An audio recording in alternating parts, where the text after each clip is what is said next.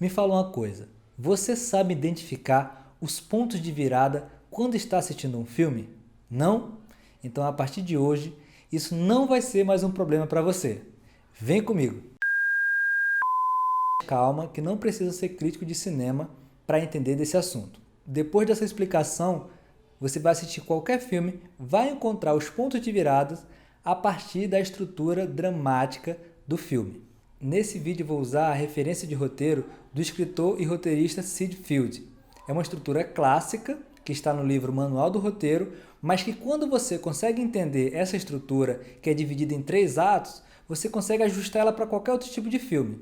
Ah, se o filme é muito mais longo, se o filme é um pouco mais curto, se o filme tem outras variantes no meio do caminho, você consegue ajustar a partir do entendimento dos 3 atos que Sid Field nos apresenta. Então vamos lá. A primeira coisa que você precisa saber é quem é o herói ou os heróis do filme.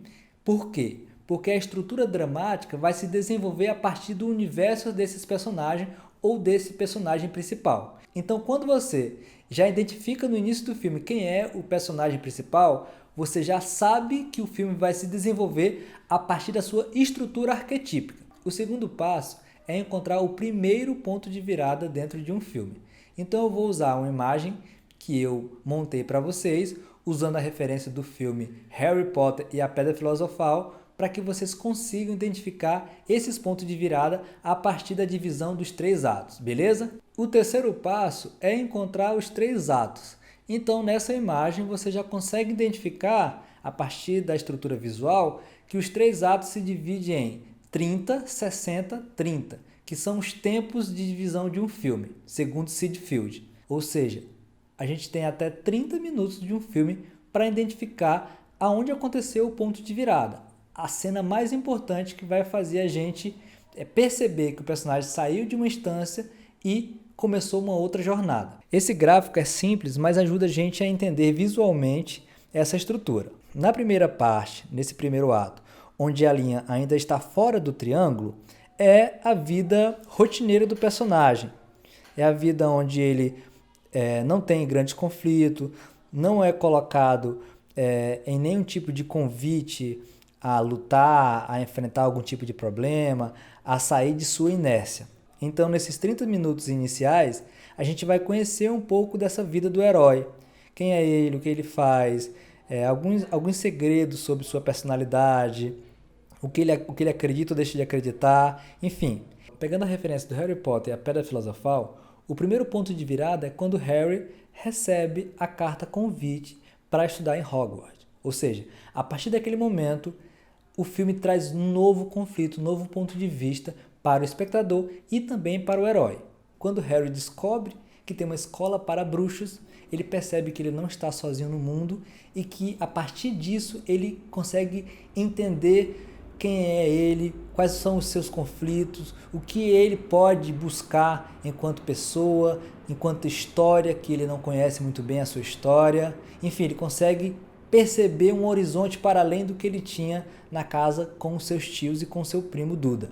A partir do primeiro ponto de virada, o personagem entra num campo de ação que ele ainda não conhece. É por isso que eu uso a simbologia do triângulo aqui para representar todas essas crises que o herói vai precisar passar, vai precisar superar, a fim de que ele consiga crescer como ser humano, a fim de que ele consiga fazer as descobertas para o seu desenvolvimento pessoal e para a sua interação ampliada com a sociedade.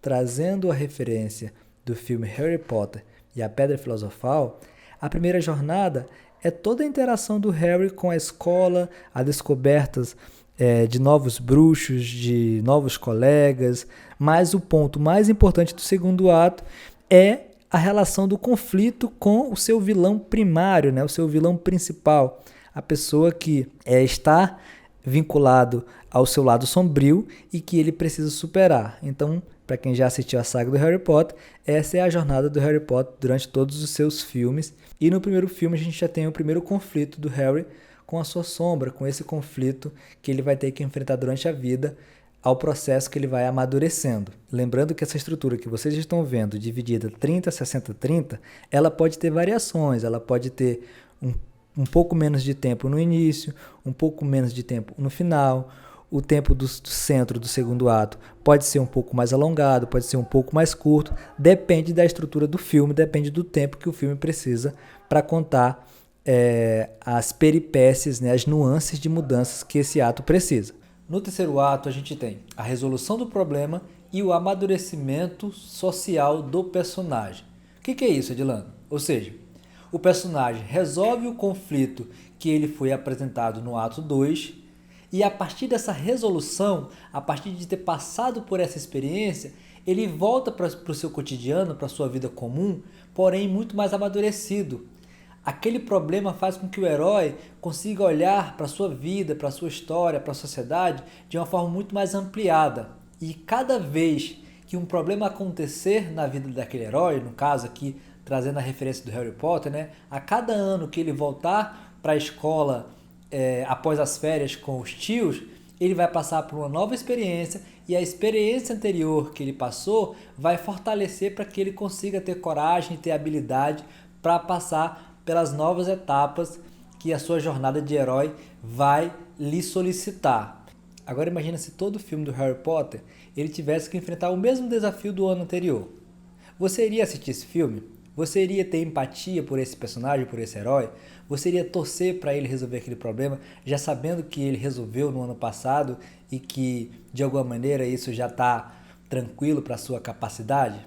Claro que não. A gente quer saber se ele conseguiu amadurecer aquilo que ele passou no passado e se ele consegue, de novo, passar por uma nova etapa, por uma nova experiência, se a partir do que ele passou, ele consegue ter força para passar pelos novos desafios que virão. E todo ano que o Harry volta para a escola tem um desafio novo, um desafio baseado em sua capacidade daquele momento, e não do ano passado, e não do que ele era, do que ele é agora.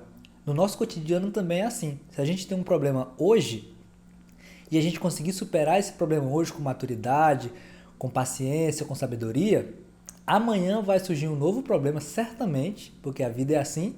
Porém, se você tiver amadurecido com o problema de hoje, o problema de amanhã vai estar um pouco mais fácil, porque você já tem uma experiência, você já tem um lugar, um ponto de partida que você consegue contar como uma resolução. Então começa a olhar para a vida com esse lugar de enfrentar os problemas, entendendo que eles não são ruins por si só.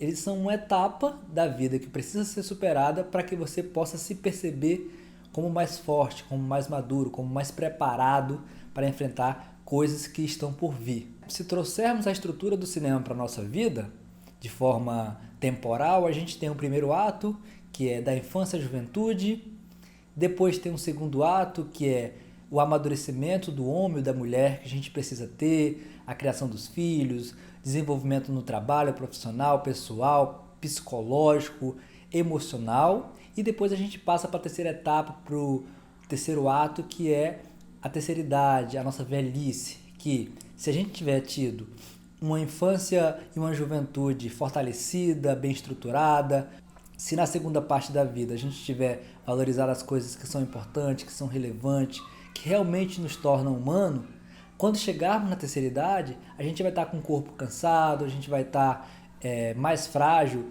fisicamente, porém a nossa capacidade emocional, estrutural, psicológica, filosófica vai estar muito mais fortalecida. A gente vai voltar a ser um ser humano frágil corporalmente, fisicamente, porém as nossas capacidades de lidar com aqueles problemas não serão tão imaturas quanto a gente era quando criança. A gente vai ter outras capacidades de lidar com as dores, com o sofrimento, com as perdas, com as alegrias, com as emoções de modo geral, de forma muito mais segura, muito mais amadurecida. Então, a nossa vida também é uma espécie de jornada do herói em 3 atos, de forma muito mais ampliada, de forma temporal. Essa sincronia precisa ser visível, a gente precisa estar atento a essa sincronia com o mundo, com nós mesmos, com as nossas jornadas, a fim de que a gente consiga entrar no ritmo do amadurecimento, a fim de que a gente consiga se desafiar todos os dias a ser um pouco melhor do que ontem.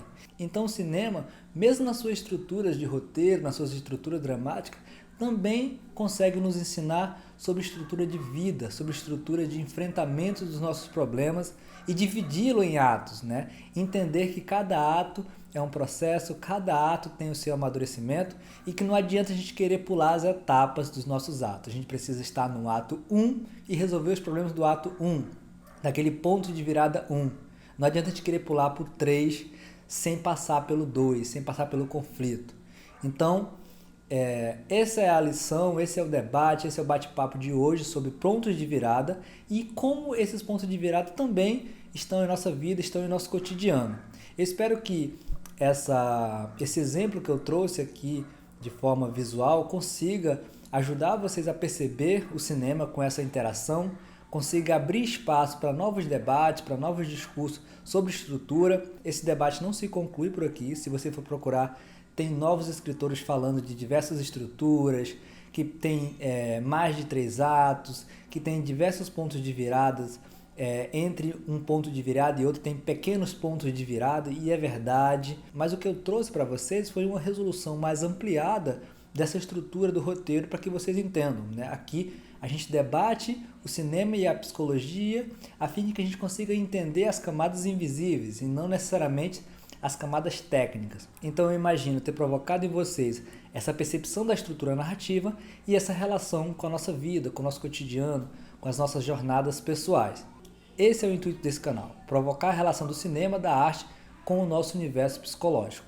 Se você gostou desse tipo de conteúdo, deixa aí seu like, seu joinha, deixa seu comentário, a sua opinião sobre essa estrutura de diálogo que a gente está criando aqui no YouTube.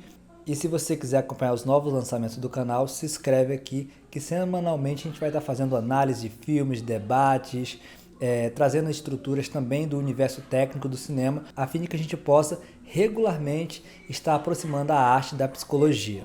Muito obrigado e até o próximo vídeo.